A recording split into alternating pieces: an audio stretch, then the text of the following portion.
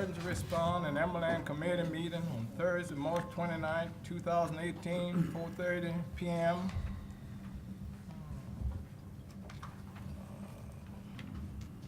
Roll call, please. Yes, sir. Mr. Angelpont? Here. President Barris? Here. Mr. Latour? Here. Ms. Mayeth? Here. Mrs. Trimmy was unable to attend. Mr. White? Here. And Chairman Collins. Here. You do have a quorum. Thank you, ma'am. Item number 3, receive a report from staff regarding ambulance service in Calcasieu Parish. Mr. Bowling. Thank you, Mr. Collins, members of the committee. Just wanted, before I turn it over to Mr. Grimion, I want to discuss and kind of let you know what we're here for tonight. As you may recall, back in 2013, we did an RFP for the franchise for ambulance services throughout the parish. At that time, we did go into an agreement with Acadian Ambulance, and this is the 5-year, there's 2 terms for 5 years, and if both parties agree, we can extend it for another 5 years. So basically, it's a 10-year contract if everyone agrees. And so that is what we're here for tonight. We'll give you a brief report on the services. Mr. Grimion will do that.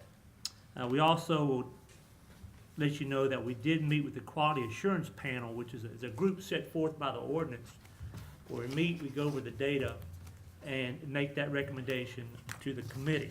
So with that, I will go ahead and turn it over to Mr. Grimion at this time. Thank you, Mr. Bowling. Dick Grimion, Calcasieu Parish Office of Homeland Security and Emergency Preparedness. Just a brief history, and it kind of alludes to what Dane was talking about. In 2003 was the beginning of this current way that we do business on ambulances, but prior to that, and Mr. Angelpont knows this very well, we put 2 or 3 years of work into how we were going to handle this issue in Calcasieu Parish.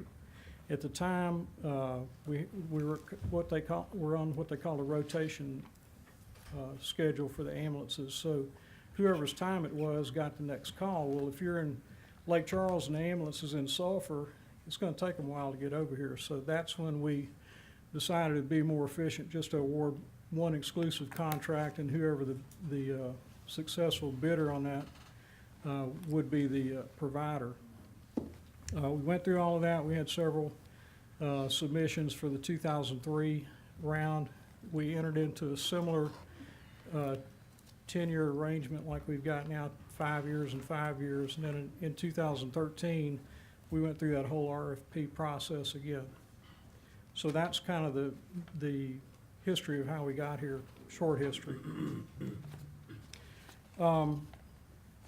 We've had a couple, as Dane mentioned, we have the Quality Assurance Panel, which are some people in the public safety community that we've enlisted to help us review the data. Those are Richard McGuire, he is the director of the 911 Center, Dr. John Gray from Memorial Hospital, ER director, Deanne Smith, West Calcam Hospital, Danny Dupree, retired fire chief, Sulphur, and Commander Vic Salvador, Calcasieu Parish Sheriff's Office. So we've met with them a couple of times, most recently about 2 months ago.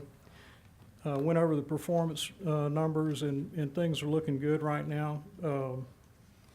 There have been some challenges, frankly, over the last couple of years with the traffic, the population growth.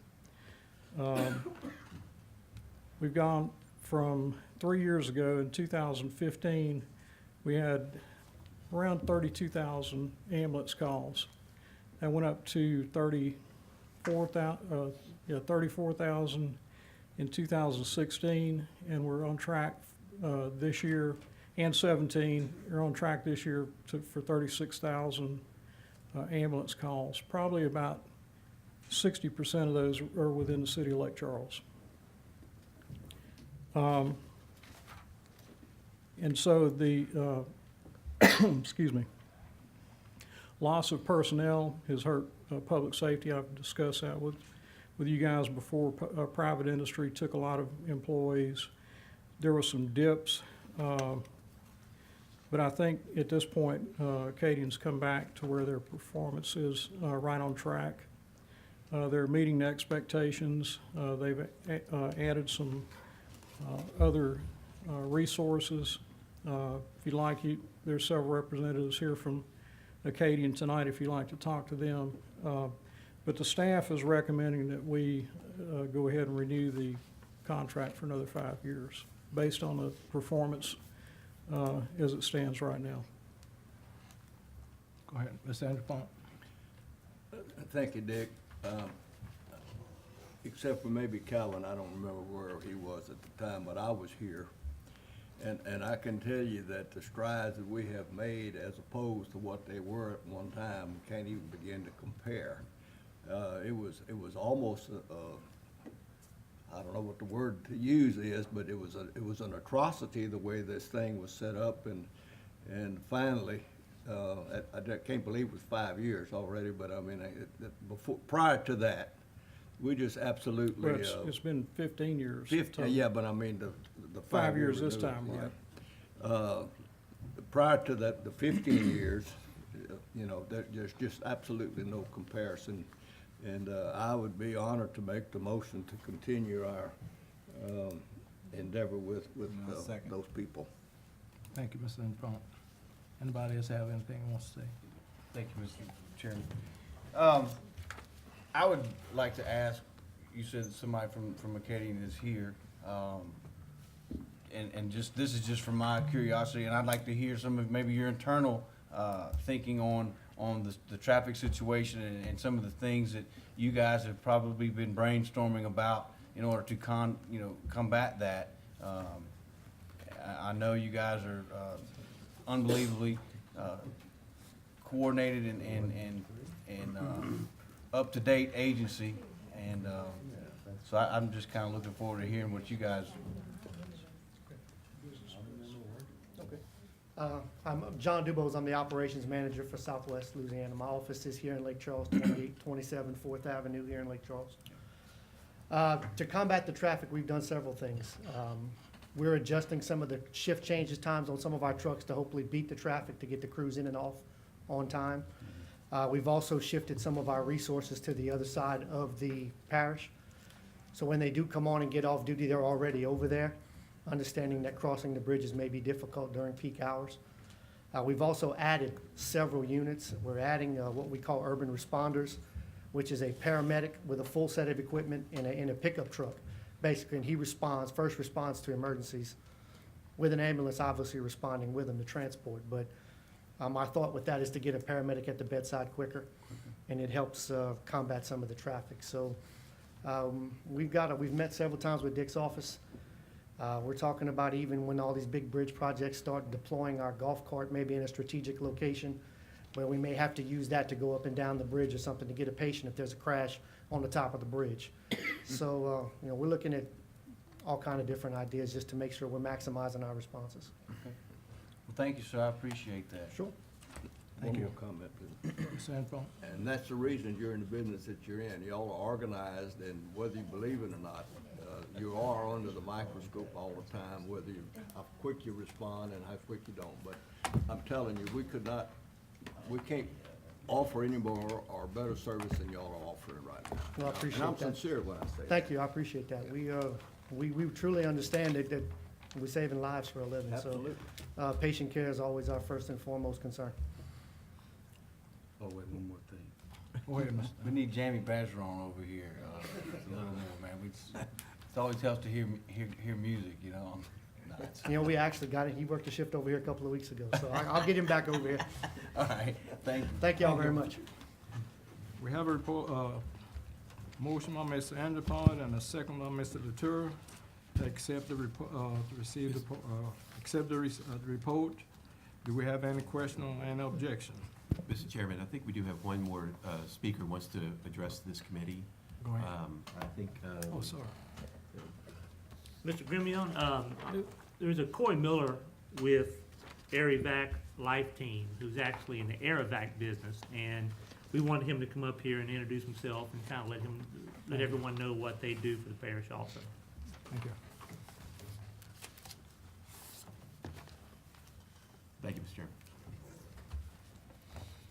Hey, good afternoon, guys. My name is Corey Miller. I'm the program director for ARIVAC Life Team, which is basically a subsidy of a company called Global Medical Response, which, just to kind of give you a little rundown of the whole thing, it's part of AMR and AMGH. It's, we transport, we have roughly 7,000 ground ambulances, 113 fire services, 314 rotor wing aircraft, and 171 fixed wing. We're actually in 50 states and 150 other countries. We're the nation's largest air and ground provider. About 2 years ago, we put some aircraft bases down in South Louisiana. The closest one to here is Kinder. We have a real good relationship with a lot of the hospitals. We've been doing a lot of transports in and out of the hospitals. And to answer your question a while ago, what we would like to do, or the way I kind of see it is, I know the traffic issue is going to be a lot of trouble for, doesn't matter how big you are, how many resources you have, you know, if an incident takes place. You know, we understand that Acadian gets first call out, but if their air ambulance is not available, we'd like to work with them maybe to help you guys out and see what we can do to actually transport patients around the parish, you know, and do the right thing. Do you guys have any questions for us, or would like to talk?